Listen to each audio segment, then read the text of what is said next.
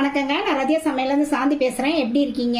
இன்றைக்கி நான் கொங்கு நாட்டு ஸ்பெஷல் அரிசி பருப்பு சாதம் தான் நான் செய்ய போகிறேன். நான் எப்படி செய்கிறேன்னு உங்களுக்கு செஞ்சு காமிக்கிறேன். ஃபஸ்ட் டைம் வீடியோ பார்க்குறவங்களா இருந்தால் சப்ஸ்கிரைப் பண்ணிக்கோங்க. பக்கத்தில் இருக்க பெல் பட்டனை கிளிக் பண்ணிங்கன்னா போடுற வீடியோலாம் உங்களுக்கு உடனுக்குடன் வந்து சேரும். வாங்க வீடியோக்குள்ளே போகலாம். நான் வந்து ஒரு கப்பு வந்து சாப்பாடு அரிசி எடுத்திருக்கேன். ஒரு 1/4 கப்பு வந்து துவரம் பருப்பு வந்து போட்டு ஒரு அரை மணி நேரம் ஊற வச்சுருக்கேங்க. குக்கர் வந்து அடுப்பில் வச்சுருக்கேங்க. 1 டேபிள் ஸ்பூன் நெய்ங்க, 1 டேபிள் ஸ்பூன் வந்து ஆயிலுங்க. ஆயில் நல்லா காயிட்டும்.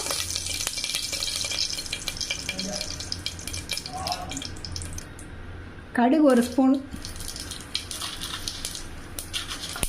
உளுந்தம்பருப்பு 1 ஸ்பூன், ஜீரகம் 1 ஸ்பூன்,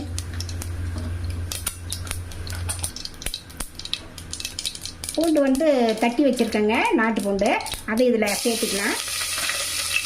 நல்லா ஒரு கலரிட்டு சின்ன வெங்காயம் கொஞ்சம், பெரிய வெங்காயம், அப்புறம் பச்சை மிளகாய் 2, வரமிளகாய் 2 இதையும் இதோட சேர்த்து நல்லா வதக்கிக்கலாங்க. கருவேப்பிலை கொஞ்சம் சேர்த்துக்கலாங்க. வெங்காயம் நல்லா வதங்கிட்டோம். வெங்காயம் நல்லா வதங்கிருச்சுங்க. பெரிய தக்காளியை 2 கட் பண்ணி வச்சுருக்கேன், அதை இதோட சேர்த்துக்கலாம்.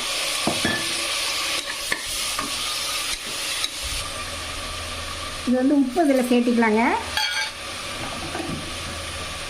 மஞ்சத்தூள் வந்து ஒரு அரை டீஸ்பூனு, மிளகாத்தூள் வந்து 1 டீஸ்பூனு. இதெல்லாம் தக்காளியில் நல்லா பச்சை வாசனை போகிற வரைக்கும் ஒரு வதக்கிக்கலாம். பாருங்கள், எல்லாம் நல்லா வதங்கிருச்சு. நான் வந்து இந்த ஊற வச்ச அரிசி பருப்பு இதோட சேர்த்துக்கலாம். பாருங்கள், நல்லா கலரி விட்டுட்டு நான் வந்து 1 கப்பு அரிசிக்கு வந்து 2 கப்பு தண்ணி எடுத்துருக்கேன். அதை இதோட சேர்த்திக்கலாம். நல்லா கொதிச்சு வந்தோடனே நம்ம விசில் போட்டுக்கலாங்க. பாருங்கள், நல்லா கொதிக்குதுங்க. இதை கூட வந்து நம்ம மல்லித்தலை கொஞ்சம் போட்டுக்கலாம். இதில் வந்து உப்பெல்லாம் பார்த்து கரெக்டாக போட்டுக்கலாம். பத்தலைன்னா கொஞ்சம் ஆட் பண்ணி நம்ம கொஞ்சம் உப்பு வந்து அதிகமாக இருந்தால் தான் சாப்பாட்டுக்கு சரியாக இருக்கும். குக்கர் மூடி போட்டு 2 விசில் விட்டு எடுத்துக்கலாங்க. பாருங்கள், விசில்லாம் அடங்கிருச்சு. இதில் வந்து நம்ம வந்து 1 ஸ்பூன் வந்து நெய் ஆட் பண்ணிக்கலாம். நெய் ஆட் பண்ணிவிட்டு மல்லித்தலை போட்டு அப்படியே ஒரு கலரி விட்டுக்கலாங்க. பாருங்கள், சாப்பாடு எப்படி இருக்குன்ட்டு பார்க்கவே இதை ஒரு பாத்திரத்துக்கு மாற்றிட்டு நான் காமிக்கிறேங்க. பாருங்கள் எப்படி இருக்குன்ட்டு. இது கூட நம்ம வந்து கத்திரிக்காய் வறுவல், உருளைக்கிழங்கு வறுவல், அப்புறம் எது வேணாலும் வச்சு சாப்பிட்லாம். ஈவன் ஊறுகாய், தயிர் கூட வச்சுட்டு சாப்பிட்டா அவ்வளோ டேஸ்ட்டாக இருக்கும். குழந்தைங்களுக்கு வந்து நம்ம லஞ்ச் பாக்ஸாக கூட நம்ம ரெடி பண்ணி கொடுக்கலாம்.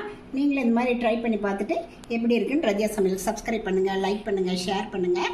அடுத்த வீடியோவில் வேறு ரெசிபியோடு சந்திக்கிறேன். வணக்கம்.